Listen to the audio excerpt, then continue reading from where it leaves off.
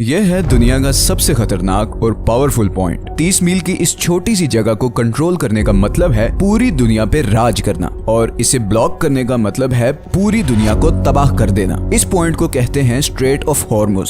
Straits असल में समुद्र के ऐसे पतले हिस्से होते हैं जो दो बड़े समुद्रों को जोड़ने का काम करते हैं। अब ऐसी क्या खसूसियात हैं इस 30 मील की छोटी सी जगह में जो इसे इतना पावरफुल और इम्पोर्टेंट बनाता है?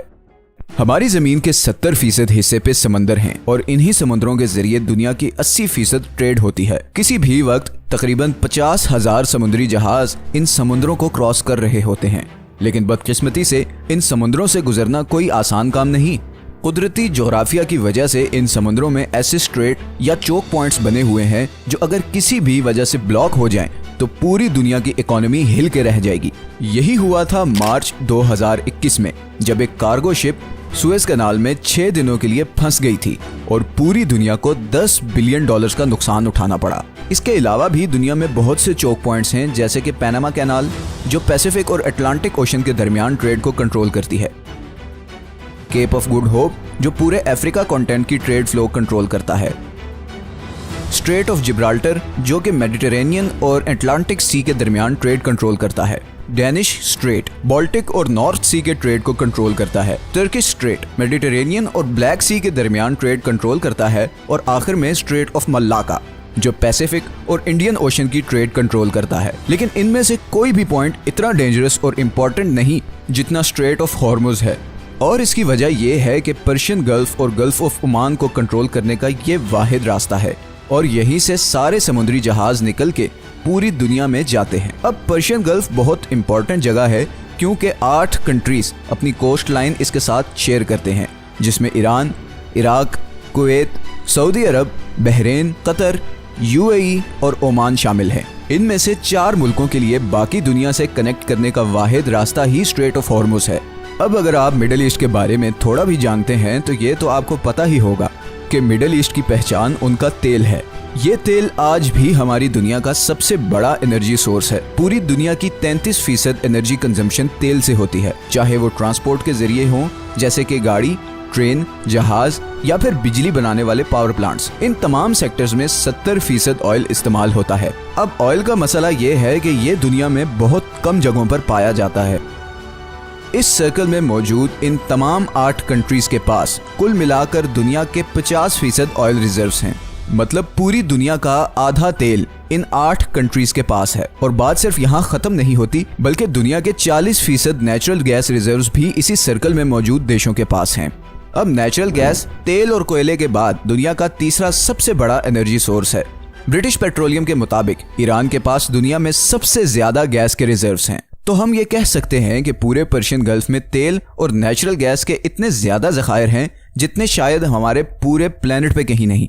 और इसीलिए पूरी दुनिया के 15% एनर्जी सप्लाई इसी पर्शियन गल्फ में मौजूद कंट्रीज से आती है, और फिलहाल इस सप्लाई लाइन का पूरी दुनिया के पास कोई और अल्टरनेटिव भी नहीं। लेकिन इस 30 मील के एरिया से गुजर के जाना इतना भी आसान नहीं। सबसे पहले यहाँ पे 8 ऐसे आइलैंड्स हैं जिन्हें हर समुद्री जहाज को अवॉइड करना पड़ता है, और ये 8 में से 7 आइलैंड्स ईरान के कंट्रोल में हैं। इन 3 आइलैंड्स को UAE कंट्रोल करना चाहता था, मगर 1970 में ईरानियन मिलिट्री ने इन पर भी कब्जा कर लिया, तो इस सारे एरिया पे तकरीबन ईरान का ही कंट्रोल है। दूसरा, ये जो रेड हाईलाइटेड एरियाज आप देख रहे हैं, यहाँ पर समुंदर बहुत गहरा है और ऑयल टैंकर्स के लिए यहाँ से गुजरना तकरीबन नामुमकिन है। इतनी मुश्किलात के बाद पर्शियन गल्फ से निकलने वाला मेजॉरिटी तेल ईस्ट एशिया की तरफ जाता है, जिसमें से 76% तो सिर्फ इन 5 कंट्रीज के पास जाता है। सबसे पहले आता है चाइना। चाइना दुनिया की दूसरी सबसे बड़ी इकोनॉमी है और दुनिया में सबसे ज्यादा पेट्रोलियम इंपोर्ट करने वाला मुल्क है।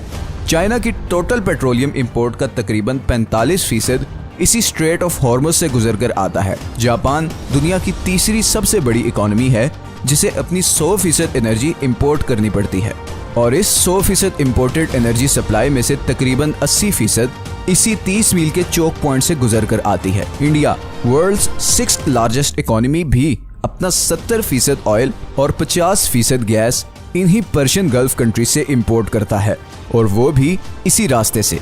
इसी तरह साउथ कोरिया जो कि दुनिया की 10th लार्जेस्ट इकोनॉमी है, अपना 70% तेल इन्हीं पर्शियन गल्फ कंट्रीज से टैंकर्स के थ्रू इंपोर्ट करता है, जो उसी 30 मील के स्ट्रेट ऑफ हॉर्मुज से गुजर के आते हैं। तो अगर ये 30 मील की छोटी सी जगह किसी भी वजह से लंबे अरसे के लिए ब्लॉक हो जाए तो दुनिया की दूसरी, तीसरी, छठी और 10वीं इकोनॉमीज बिल्कुल कोलैप्स कर जाएंगी। और इसी तरह पर्शियन गल्फ में मौजूद इन तमाम 8 कंट्रीज का सोर्स ऑफ रेवेन्यू भी खत्म हो जाएगा और एज अ रिजल्ट पूरी दुनिया में एक जबरदस्त इकोनॉमिक क्राइसिस आ जाएगा।